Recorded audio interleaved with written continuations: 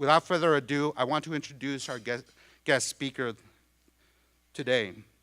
Leigh Gallagher is an assistant managing editor at Fortune magazine, where she edits feature stories on a variety of subjects, oversees Fortune franchises, including the magazine's 40 Under 40 rankings, and writes the Urbanist column on Fortune.com. She is also co-chair of Fortune Most Powerful Women Summit, speaks regularly at Fortune and other business and economic conferences, and is a seasoned business news commentator, appearing regularly on MSNBC's Morning Joe, CBS News' Face the Nation, CNBC's Squawk Box, CNN's The Lead and with Jake Tapper, Public Radio's Marketplace, and a variety of other programs. She is also co-chair of Fortune USA State Department Global Economic Reporting Program at the Arthur L. Carter Journalism Institute at New York University. Before joining Fortune in 2007, Leigh was a senior editor at Smart Money magazine and a reporter and writer for Forbes. Originally from the urban burb of Media, Pennsylvania, Leigh is a graduate of Cornell University and lives in New York. The End of the Suburbs, Where the American Dream is Moving, is her first book. And for anyone interested, we have her book being sold in the back, so please feel free to stop as you exit today. So please join me in welcoming to Addison and the North Texas region, Leigh Gallagher.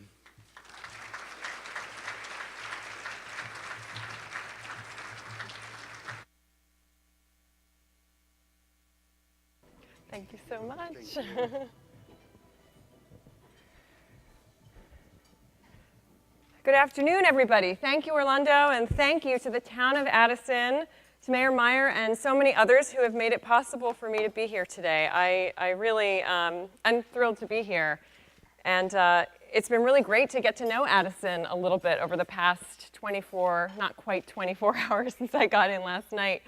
I have aunt and uncle who live in Dallas, and I said I was going to be coming in, and I'm going to be staying in Addison, and they said, oh, no, we're coming to you. That's where all the restaurants are. So we had a great night last night, and it's been really interesting to see this urban village here, which, you know, you walk around, and the architecture and the dense housing and just the tree-lined streets, it's pretty remarkable. I mean, I live in Brooklyn, and it really reminds me a lot of Brooklyn. So it's been really interesting to see. A quick side note, I'm not staying in a hotel while I'm here. I stayed in an Airbnb. Does everybody know what Airbnb is? Applause, okay. Well, I stayed there because that's the subject of my next book. But while I was looking at the listings, you know, when you stay at an Airbnb, you look at the reviews. That tells you everything because it's not a hotel. You don't know what you're getting.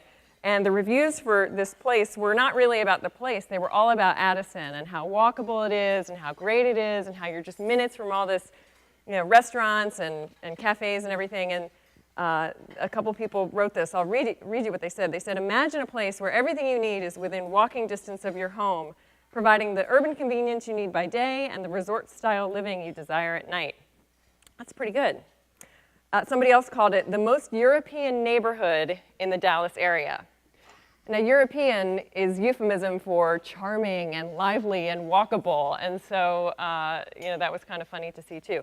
I will say it may not be the most European neighborhood in all of the Dallas area because there is a developer here, Jeff Blackard. I'm going to embarrass him. He's here. That has another neighborhood that I will also be mentioning a little later that is also quite European, a couple of them. Anyway, we'll get to that later. So I'm here largely because I wrote this book called The End of the Suburbs. Don't panic, they're not really over. And I thought what I would do today is tell you how I came to this thesis, this sea change. I can explain what it is and what it means. I'm going to go through lots of examples demonstrating how this is actually happening all across the country. And most importantly, I'll be demonstrating that it's not just about people moving to cities. That whole topic has gotten a lot of attention lately. Our cities are really resurgent. Everybody wants to live where I live in New York City, et cetera. But it's really about the urbanization of everywhere. And Addison is sort of exhibit A in that, I think. So that's a really, really important part of the trend that I'll spend some time talking about. And then we'll have a couple minutes for questions. So I'd love to hear what you all think, any questions or thoughts or comments you may have when we're done. So I always like to say that I always feel the need to point out that I am not some sort of condo-dwelling New York City snob who thinks, everybody needs to live that way. This is the house I grew up in. I had a really kind of Norman Rockwell-ish childhood in the suburbs of Philadelphia. It's a town called Media, and it's very, charming and lovely, great schools. I had a boss once come visit me there, and my parents and I had him over for dinner. And the next day in the office, from then on, every time I went home, he teased me. He said, "How's everything in Grover's Corners?" It really was kind of ideal, and I just loved it. So I don't come at this with any kind of personal bias. I come at this whole topic as a journalist. And as a journalist, I'm really drawn by big stories about how and why people behave the way they do, how and why they live where they live. And I especially like these topics when they're rooted in economic data. And a couple years ago, I stumbled upon what I thought was a big, big statistic that was really important, and that was the rate of growth in cities had surpassed that in suburbs for the first time in more than 90 years. And I just thought, that's kind of big, considering what the suburbs mean to America and Americana and the way we live. And I just started to look into that a little bit, and every stone I turned over yielded some other economic or numeric proof that this was in fact happening. And what that was this notion of the American dream, the suburban American dream. We all know what it looks like: the picket fence, 2.5 kids, a couple cars in the driveway, no longer held the central pillar of our, the notion of the American dream anymore. And I thought that was really significant. So during my time researching this book, I spent a couple years just studying the suburbs. It was time that I called spending as a suburbologist. And I spent a lot of time talking to people about their experience in the suburbs. And I thought I would just kind of kick things off by telling you a little bit of what they had to say. I slowly realized it was not the life I wanted to lead. That was from a mom of 4 outside of Boston. We're only here until the kids are done with school. That was from someone outside of Philadelphia, but I heard that line dozens of times. This one was my favorite. Congrats on the book. I live in a sterile, superficial suburb after having lived in Chelsea in New York City for 12 years, and I'm dying slowly, one day at a time. Talk soon. That was somebody I know in Washington, D.C. So what does this mean? How did we get here? This is supposed to be the American dream that's literally aspired to the world over. So answering these questions was what led me to write the book. And what I found is that, it's not overstating things to say that the American dream might soon look something like this. Or like this. I think that should look familiar. I had to throw in Philadelphia because that's where I'm from. Oops, did I just? Yeah.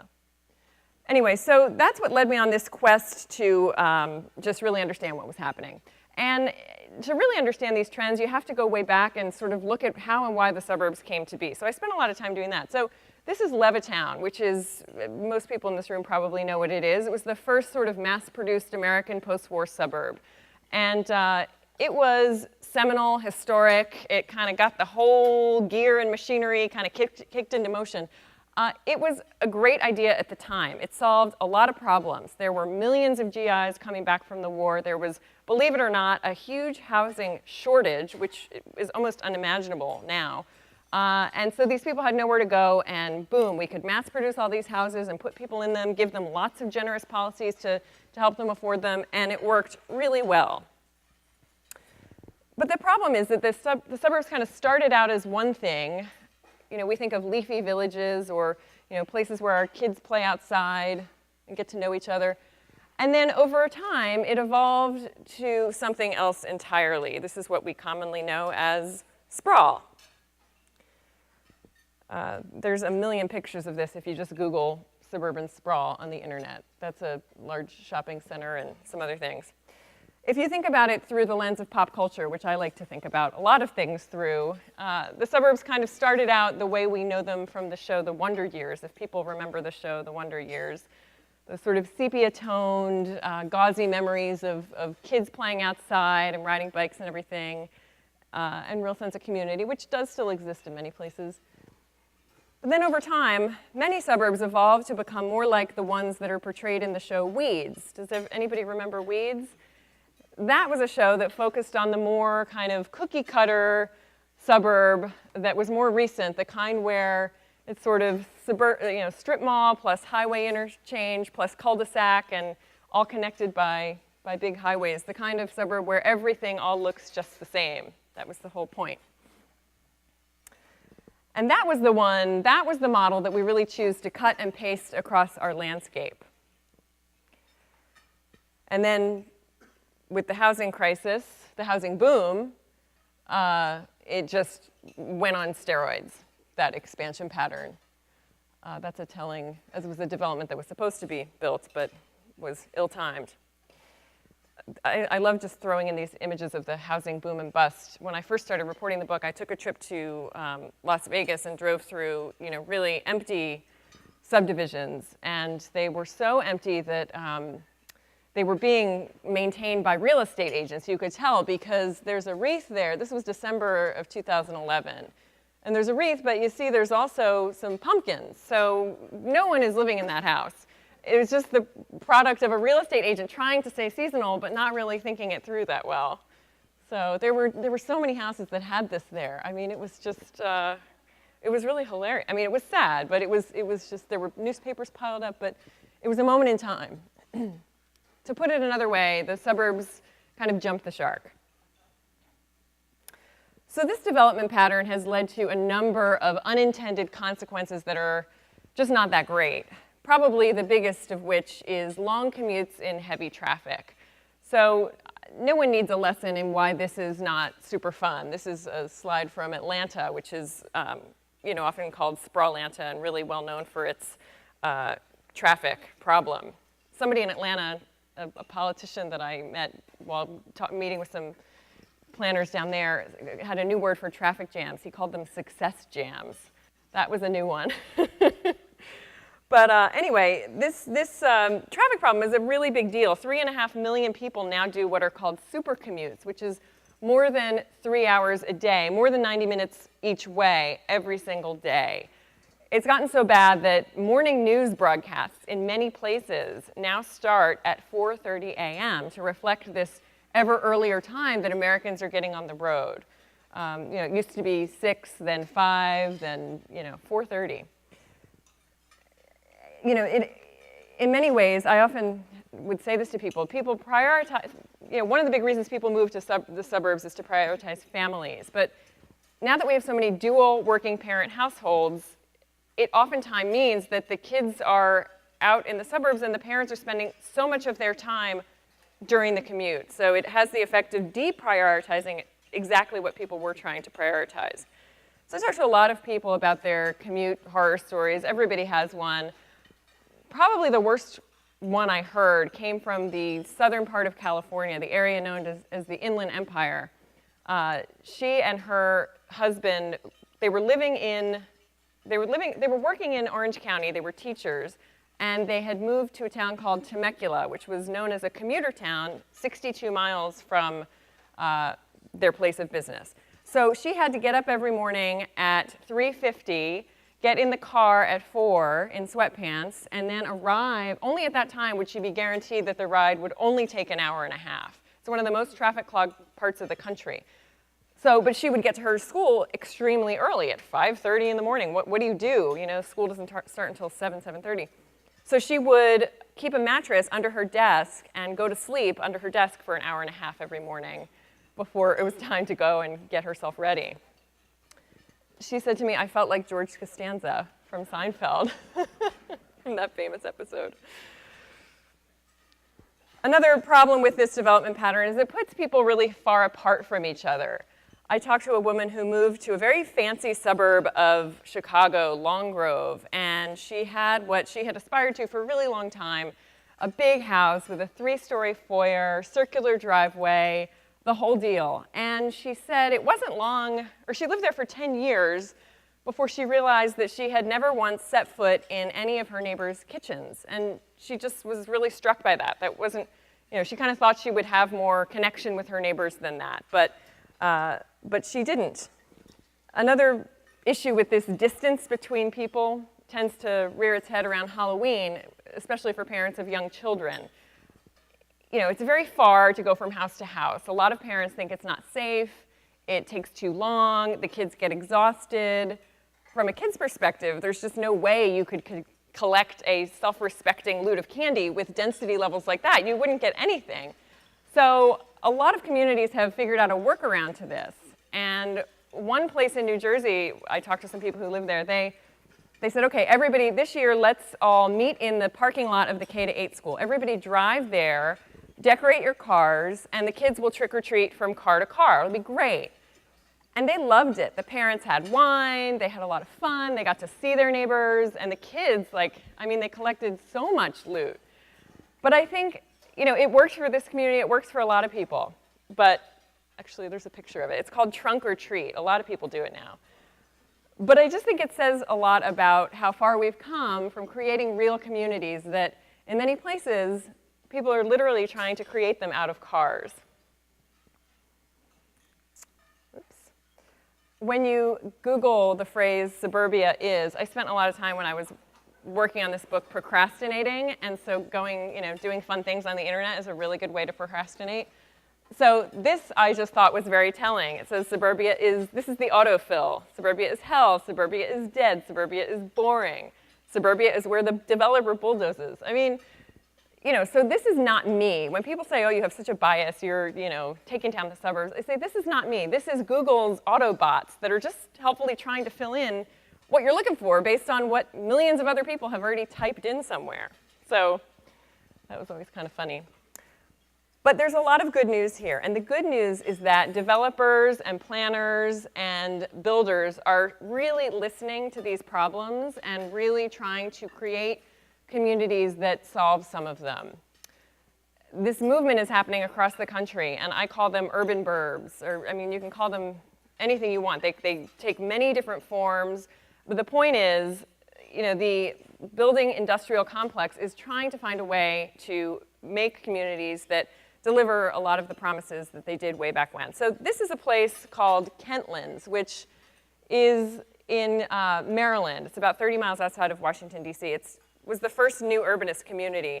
But it was very deliberately designed so that it would have a lot of characteristics that most suburbs don't have anymore. So it has a mix of townhouses and regular houses. It's got alleys. Alleys are something that you don't really see that much anymore. Some people say that it looks like Georgetown in Washington, D.C. The beautiful neighborhood of Georgetown was sort of cut and pasted and airlifted 30 miles and dropped into the middle of the suburbs. And the rest of it is suburbs. It is very, very suburban and almost exurban out there. So it's pretty revolutionary. And when it started, it came up in 1993, and it's been a success story ever since. But for a long time, there weren't that many communities like this. I don't think it's overstating things to say that for a very long time in America, you kind of had two choices of where you wanted to live. You could live in a city, or you could live in a cul-de-sac, and there just wasn't that much in between. And that's what's starting to change. That's Georgetown. And again, Addison is a great example of how it's changing and how it really reflects what people want. This is a place outside of Chicago in Libertyville. It's a development called School Street. And it was built by a developer named John McClendon. And he used to build sprawl, and he just started to think that people might want something else. So his timing wasn't great. It was right around the time of the financial crisis, or just before. He built this community called School Street. And it's 23 single-family homes wedged right up against each other. And what you can't see in that photo is that it's all perpendicular to this main street in Libertyville, which is one of these very old 100-year-old Main Street with hardware stores and restaurants and bars and the whole deal. So these people can walk there, they can walk to the train station. So, it was pretty revolutionary for the suburbs. And within 18 months, he had sold out. But this was during the financial crisis when nothing was selling. So the local press called it an aberration. So there's a demand for these things. This is a much more kind of high-end version of this outside of Philadelphia by a developer called Arcadia Land. And what I like about this one is that Arcadia was founded by a guy named Joe Duckworth, who was a longtime Toll Brothers executive. And again, built sprawl for many, many years. And many people come to this kind of building and developing for philosophical reasons, or they just believe in the premise that people should really be connecting with each other. This guy is a total business guy. He says, I don't care about the religious revivalism of new urbanism or anything like that. He says, I want to make money. And if you want a cul-de-sac house, there's a million of them. But if you want something walkable like this, he said they don't exist. So that's where he chose to go. And so I think that's a really good example of that, even though those houses are still really big, but it's still urbanism. This is an interesting community in Dublin, Ohio, which is outside of Columbus. It's called the Bridge Street District. And this is just a rendering, but this is a pretty revolutionary plan to have thousands of new residential units put in, and a pedestrian bridge, and restaurants, the whole deal. And what's unique about this place is that they were very clear on their website, because this was sort of disruptive to a lot of existing taxpayers. Why, our schools are going to be crowded. What are you doing? Why are you doing this for? And they very clearly explained, listen, we are building a new community for the future. The demographics of the people who live here are changing, and that's true everywhere. There are more single family residences. There are the notion of the nuclear family as the most dominant household type in America is changing. And there's empty nesters, there's millennials, there's all kinds of different household needs now, and that's what this is meant to reflect. And they really did a great job of communicating that. One developer there said to me, we're selling $1 million condos in Dublin, Ohio. And that was also revolutionary, but he wasn't crying about that. And one of the things most of the people cited why they were moving there was walkability. This is Frisco. I had the chance to attend the APA Texas chapter in Frisco last year, which was really interesting to see, because Frisco is a place where everything is pretty new, and yet there was such a premium placed on having things where people could park and get out of their car and walk around and do things. So that was really interesting to see. So this is what I would posit might be the most European village in Texas. This is Jeff Blackard's community called Adriatica. And it's one of two now that are up and running. Anyway, I visited Jeff here last year, and it's fascinating. It's a 45-acre replica of a Croatian fishing village, down to every last cobblestone. It's incredible, and it's based on building principles that are thousands of years old, which is really how organic urbanism started. It was built around people, and it contained a mixture of different kinds of housing stock so that people of all kinds of socioeconomic classes would live together. And it's just fascinating. It's a philosophy that Jeff calls neo-retroism, and I think it hits smack dab at a lot of these trends. There's a bell tower, and I think the bell was even shipped from Croatia, if I'm not mistaken. So it's really interesting. This is Jeff's second community called Entrada, which is in Westlake, and same philosophy based on a Spanish village. And you can just see how it looks and feels different. And when you're there and walking around, it's just incredible. This is sort of not neo-retroism. I would call this neo-neoism. This is a very modern version of trying to hit the same trends. This is in Ohio, a place called Crocker Park, and it, in many ways, is almost like an outdoor shopping mall. But the demand and the need and the reason why the developers did this was hitting at the same trends, was that people wanted to be able to live somewhere, get out of their car, and have everything they need, restaurants, et cetera, all in the same place.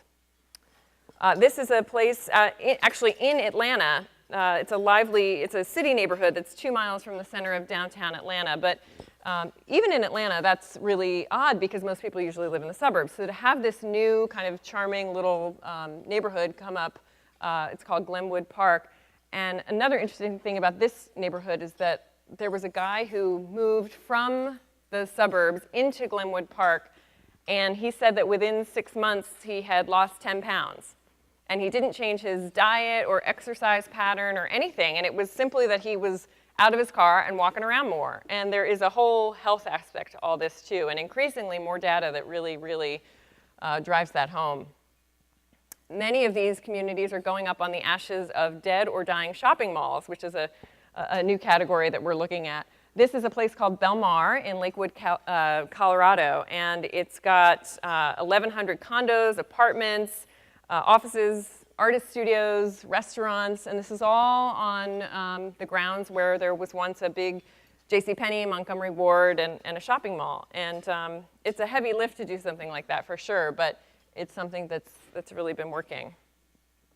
This is a dead mall, in case anybody needs to know. I think we've all seen that. And they're being turned into all kinds of things these days. Hospitals, artist residence, greenhouses. I mean, it's a large space that people are trying to figure out what to do with. You can really see the intent of the developers behind many of these projects in the words and phrases they use to describe them. They talk about their carefully designed streetscapes or the exciting Main Street environment. They brag that you can leave the car keys at home. You know, all of these are selling points the same way, and these are, by the way, streetscape. I mean, like, that's a Jane Jacobs phrase. That's not something that has typically made its way into the real estate lexicon, but it is now, and this is what people want. I mean, so the developers are promoting this walkability and the proximity and the urban feel the same way 10 years ago, or even, 5 years ago maybe, they would have been promoting the 3-story foyer. It's just been a reversal in terms of needs and demands. This is this Addison? Sorry, I threw this one in here. Yes, this is Addison. I was just having fun going around and looking at pictures of Addison, so I just threw some of them in here. This is Bradley Cooper from the movie Silver Linings Playbook. Has anybody seen it? It's a little dated now, but okay. There's actually a reason. I mean, I think Bradley Cooper belongs in any visual presentation. Why not? But, but he's here for a reason. This movie was set and filmed in a neighborhood outside of Philadelphia called Drexel Hill, and it happens to be where my father grew up. But it's a great example of how our oldest suburbs, the sort of inner ring, first corridor suburbs that were built way back when we sort of hung more closely to traditional planning principles, how those suburbs really have a lot of the bones in the structure that all these current efforts are trying to replicate. So if you remember from the movie, they could walk to the movie theater where they got in the fight. They could walk to the diner where they had the date, which has now become a tourist attraction, which is really funny to see.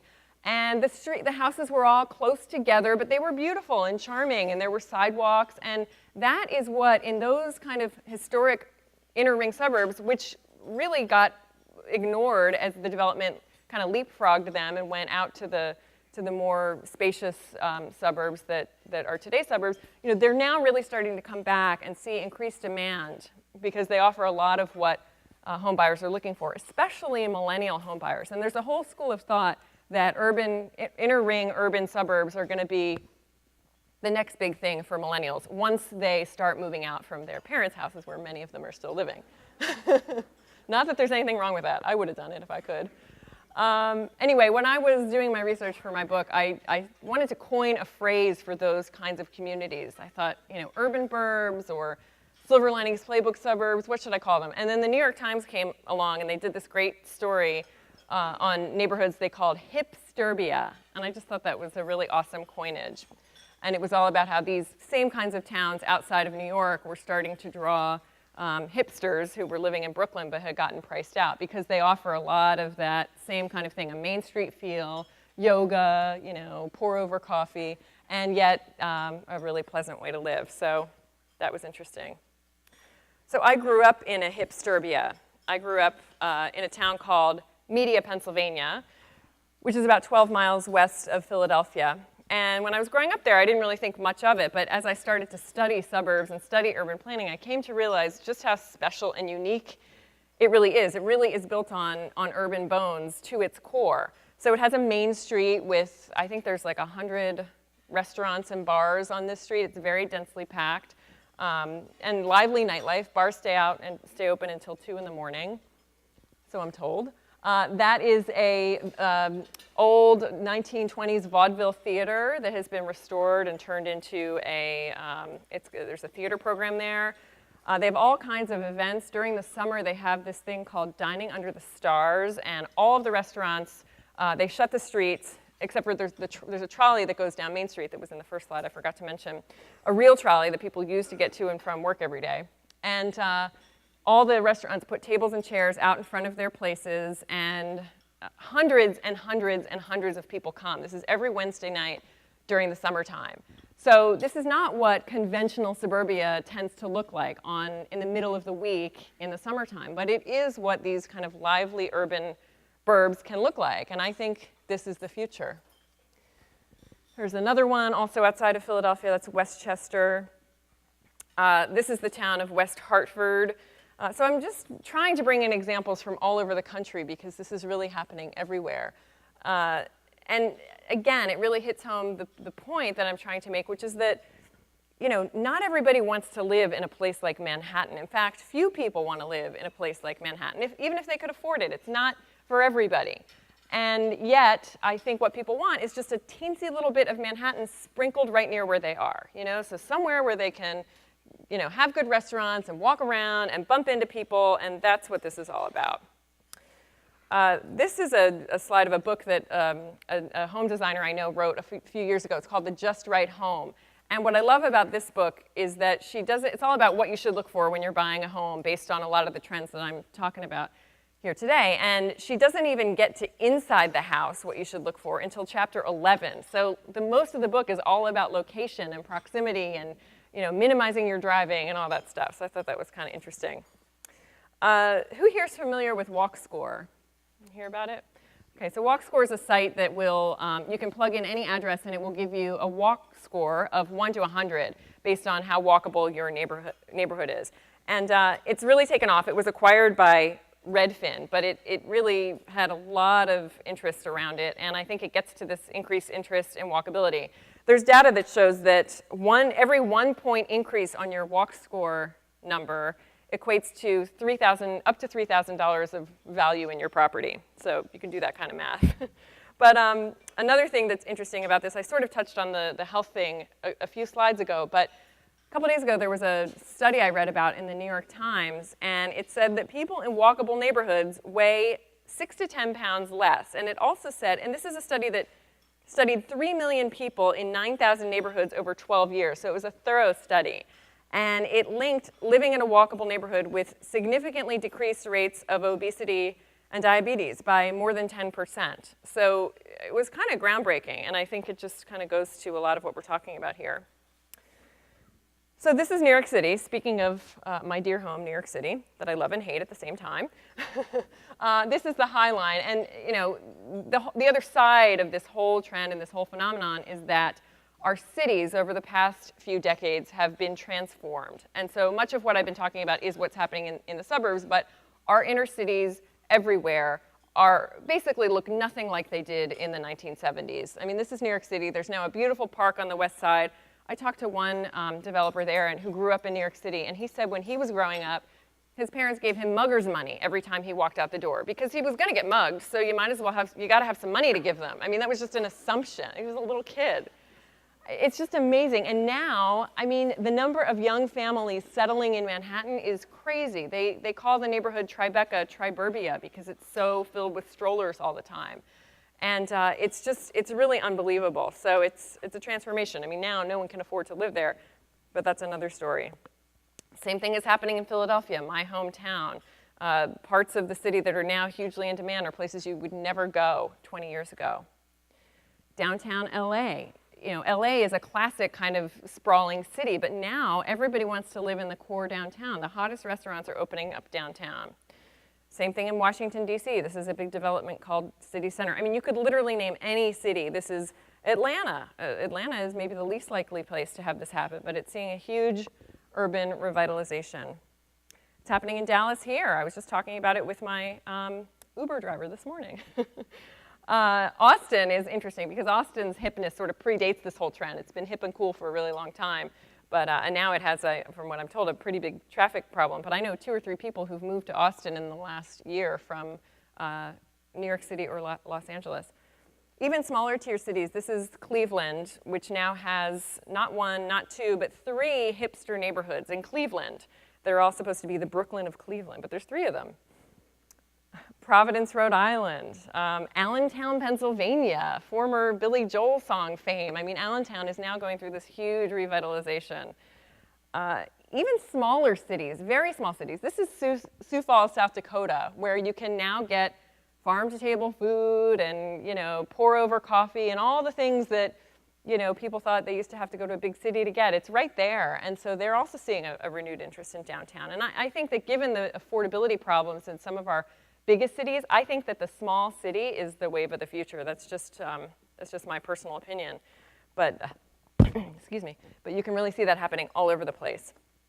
So I work for Fortune magazine, and one of the things we watch is what big business is doing to demonstrate, where wealth is moving and where people are going. And, if you look at the major retailers, Target, Walgreens, Walmart for sure, everyone, Home Depot, they are all kind of developing these smaller, slimmed down versions of themselves that they can fit into smaller urban real estate.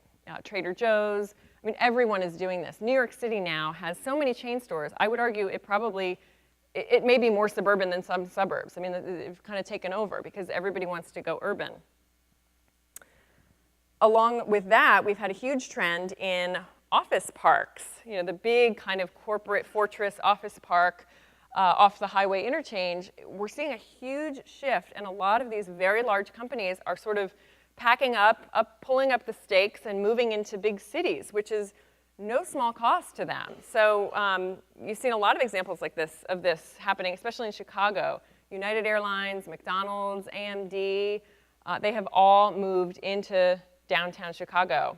There was a CEO of a company called Core Mining that moved to Chicago from, I think, Idaho. And the CEO said he was spending so much time just driving to and from the airport because he was on the road a lot that it saved him the equivalent of 2 full working weeks a year just to not have to be able to travel to get to the airport, but be able to have it in Chicago. So I thought that was kind of interesting. This is the new headquarters of Panasonic's US headquarters, which used to be, this is in Newark, New Jersey, which is just outside of New York City. And they used to be in a nearby office park in Secaucus, which is a much more kind of sprawly kind of suburb. And I talked to the CEO about this, and I said, you're really at the forefront of this trend. I said, all these CEOs are doing this. And he said, yeah, but it's easy to do it in Chicago or New York. He said, find me another CEO that's doing it in Newark, because Newark is a very gritty city. It's still, I wouldn't say it's at the same place a lot of those other cities are yet, but he was really excited about it. Also seeing this in San Francisco, where typically all the tech companies in the past had set up shop in Silicon Valley, giving it its name. And now they're all opening up in San Francisco proper. This is the headquarters of Airbnb. But many of them are opening there now. So one of the most interesting, to me, examples of this suburban to urban migration is the activities recently of Toll Brothers. Everybody know Toll Brothers? They are technically a Philadelphia company, but they've expanded. They're one of the biggest home builders, really kind of rose to fame on the wings of the luxury suburban mega home. That is what Bruce Toll invented, didn't invent it, but popularized it in many ways, and that was what they did. And in the past several years, that's really changed. So this is a building in Dumbo, which is a very industrial, chic, hip neighborhood in Brooklyn, not far from where I live. It's called 205 Water Street, and this building is hip and chic. It has wood in the lobby that's reclaimed from the Coney Island Boardwalk. It has a Zen meditation garden on the roof and all kinds of things. And it's sold out. A funny story about this is that the CEO of Toll Brothers was walking in to inspect it when it was almost done. And he saw cracks in the concrete of the lobby. And he called over one of his guys. He said, what is this? He said, we're Toll Brothers. We can't have cracks in the floor. And the team had to kind of gently tell him that they were done on purpose to make it look gritty. And so I just thought the fact that Toll Brothers has to artificially create grit and its luxury building in Brooklyn, in New York City, was just like so telling.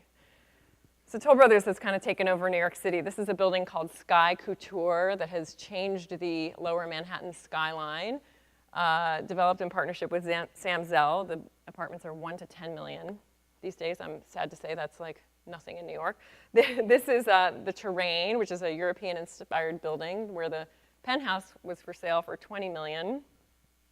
And that's not even the top of what Toll has. This is another building in Brooklyn that became the first luxury building I had heard of to have pet washing stations. I mean, the luxuries in New York City that they put on these buildings are just kind of getting bigger and more just kind of, out there.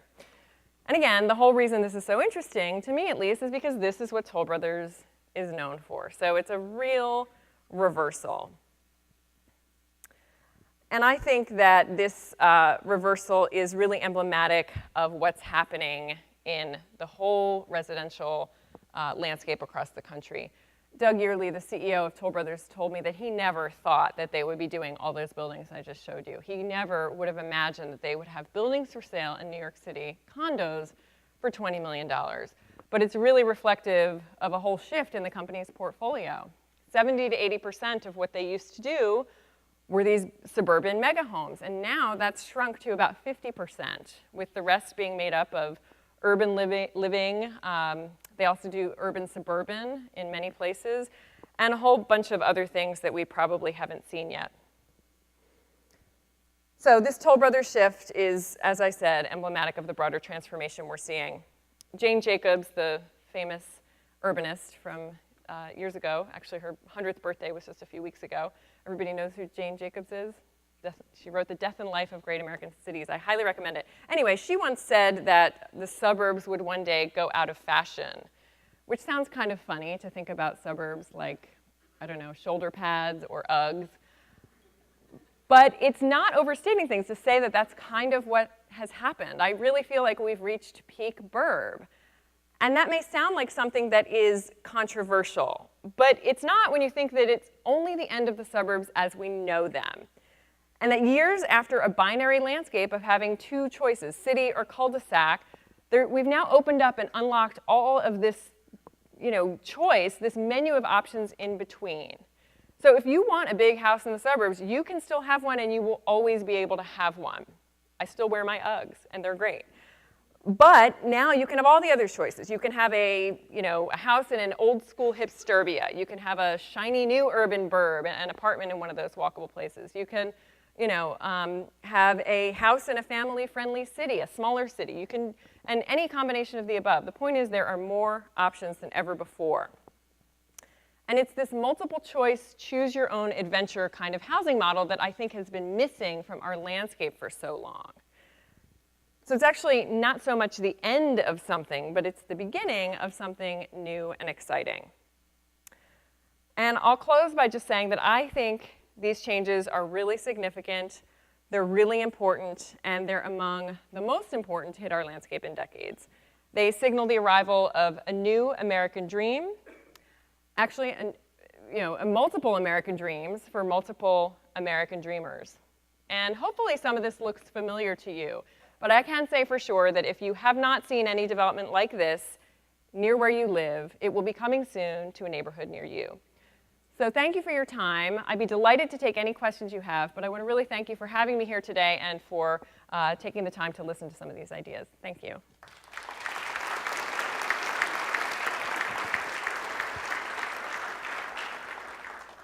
I think we have a couple minutes if anybody has any questions or comments, thoughts, criticisms. I can take it. Oh, over here? Oh, yeah, here we go. I think we have a microphone, okay.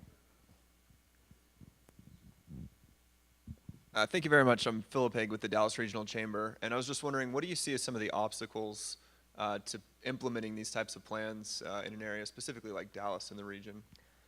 I think one of the biggest obstacles is this is different and new, and it's not recognized by a whole bunch of really critical parties, whether it's local politicians in some places. The Wall Street financing machine definitely is still used to financing things one way. The whole suburban production machine, you know, it is a machine, and it is well-oiled, and it runs very easily, and it's what people know, how to do things. So anytime you introduce a new idea, even though there's plenty of data that shows that there is financial value, more financial value in doing things this way, you know, it can be really difficult. So I would say that's probably the biggest thing, and probably other people in this room can probably comment on that far better than I can, but I think that's one. Yeah, over here. Oh, wait a minute, sorry, I guess I... Good. Midway through your PowerPoint, you pictured a European style, I think it was referenced as Def Leppard. Where is that? Oh, it's in McKinney. Where is Jeff? I can't see. Oh, there he is. Wait, no? Oh, there you are. The lights are blinding me. It's in McKinney, which is just up the road, and the other one is in Westlake, and there will probably be others, but it's a really fascinating place, and I highly recommend it if it sounded interesting to you, that you just drive up there one day and walk around. It's unlike anything that I've seen, and it's unlike anything that's been built, I think. It's, you know, everybody says, oh, Europe, they did it well, they did it right in Europe, but this is really just taking that to a whole nother level. Al Angel from Addison. How critical do you see accessibility to these very important living centers, whatever they care to be called? You mean accessibility to? In and out. Oh, well, I mean, I think that's really important. You mean by car or physically by walking? Whether by walking or by driving, however. Because sometimes they get themselves shut in and you just can't get there, or you can't get away from there. And I was just wondering if that has ever been demonstrated to be a failure to recognize, or if it's been a significant factor to success of the development. Like you can't find the exit. You just can't find it. That's sort of a planning thing. I mean, you got to think about how people are using your property, and you have to have a way to get in and out. I mean, I think that's a bad problem. And I haven't seen that. I've actually seen that just in my own life. I have seen that. I know what you're talking about. I think they need to hire new planners, or just do it themselves. Think about how people use things. You know, a lot of this is very logical. It doesn't have to be too overthought. Anybody? Hi. Yeah. So I'm seeing a lot of these trends even in my area. The question I have, as a homeowner or looking to buy a home, you're seeing that a lot of these houses are starting off at probably $350,000, $400,000, as well as the apartments are $2,500. Where do you see, I guess, the average person who can't afford those homes? Where do you see them going with all of these developments happening? That's such a great question, and that's such a big, I think, problem I see with a lot of these efforts, because a lot of them are targeted at, you know, upper level income range and that sort of thing. And also, it can be costlier to build some of these places because it's not so easily financed, and it's not the way things are done. So, I mean, in a perfect world, I mean, one of the things about Adriatica in McKinney, you know, the idea is to combine different kinds of housing stock so that a place isn't just bigger houses. It's got, you know, nice houses, but also, you know, in-law flats or studio apartments, so that people of all socioeconomic levels can live there. I mean, that's how it's been done for centuries. We just sort of separated everything out when we did single-use zoning, which I didn't even get into. But there are a few more efforts to come at this specifically from an affordable housing perspective. They're just few and far between, and I have to think that the trend lines and the demand and the need is going to soon kind of bring a lot more people out of the woodwork to do this at all economic levels. But that's a very good question. Back here. Hi, I'm Doug Athens, the mayor of Garland. I want to say thank you for being here today and what you presented. I've been a new urbanist for 20 years. But I'd like to ask you about, shall we say, the next phase. What you've shown is developments more or less in high-density areas, building high density, of course, redoing shopping centers and stuff. But what we face are a lot of neighborhoods that were built in the sprawl model with no alleys, as you mentioned, the snout garages and things. How do we transition those neighborhoods to be able to support development on this kind of level? That's also a really good question. So this sort of hits at the notion of we built all these things, and now we have all these millions, hundreds of millions of houses sitting out there based on the old way, and now everybody wants the new way. Maybe not everybody, but a lot of people want the new way.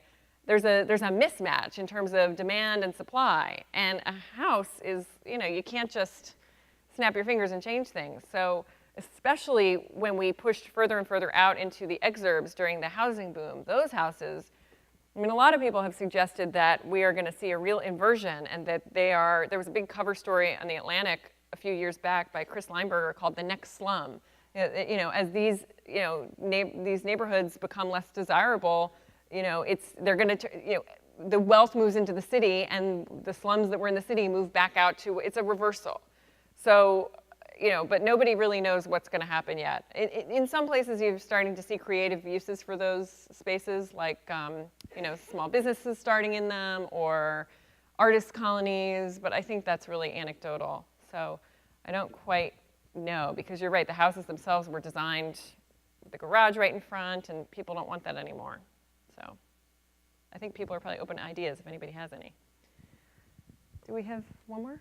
Hi, welcome to the beautiful town of Addison, and nice to have you here. Hello, Mr. Mayor. Question for you.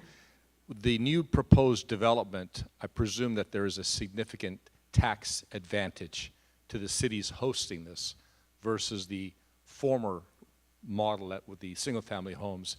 Is that a driving force for this type of a new development? Is the increase in the tax base and the revenue for the cities? I didn't come across the tax incentives like abatements that much, to be honest. But there have been studies, and I didn't totally dive into the tax issue as much as I probably could have. But studies have been shown to show that the tax revenue from this kind of development is much higher because the efficiency of there's much smaller space, and the yield per square foot is much higher in retail establishments. So I think that is starting to be heard a lot more. I don't think it's making it that much easier to build that way, but I'm told that that message is starting to sink in. One more over here. Hello, I just have a quick question. So a lot of these towns, coming back to the city, most people move to the suburbs because of education for children. How does that come into play in here? I thought I was going to get away with no one asking the school question. The last one. It's so important. It's so important. It's the single biggest reason why most people move to the suburbs. Great public schools, place to, space to run around, et cetera, but primarily the schools. And definitely in a lot of places in cities, the schools are not adequate. I think that's starting to change. I mean, we're, in New York City and in many other cities I've visited, there are better quality public schools. You just have to know where to go in what parts of the city and et cetera. The other thing I'll say about that is that much of the trends in the suburbs are also playing out in the schools. So while I was doing my research, I came across a number of places where enrollment had dwindled. I didn't get into this, but the birth rate is dropping precipitously in this country, and the suburbs in particular are graying. So in many suburbs, you have more senior citizens and baby boomers than you have households that are families with young children, which is like totally mind-blowing if you think about that. And so many schools are actually suffering, and they're merging or closing as a result. So I think what we're going to see is a patchwork situation where the communities that have the really good schools will draw all the families, and other people will go to other places. But it's definitely an issue and a really great question. So I think that's it. I'm going to be dragged off here with a cane. Thank you so much for everything and for great questions. Thank you. Okay, I will. Thank you. Leigh, we have a small token of our appreciation. Don't run off. But thank you for challenging our thinking. You could tell from the quality of the questions that you've got us thinking about the future, which is certainly a responsibility not only of the elected officials, but everybody in this room. So thank you for doing that for us. And our small token of appreciation is a book about our history, and obviously our future is yet to be determined. But thank you for being here. So much. This is lovely. Thank you. That is very, very lovely of you. Thank you. Again, thank you all for coming. We appreciate you being in Addison, and come back often and enjoy your afternoon.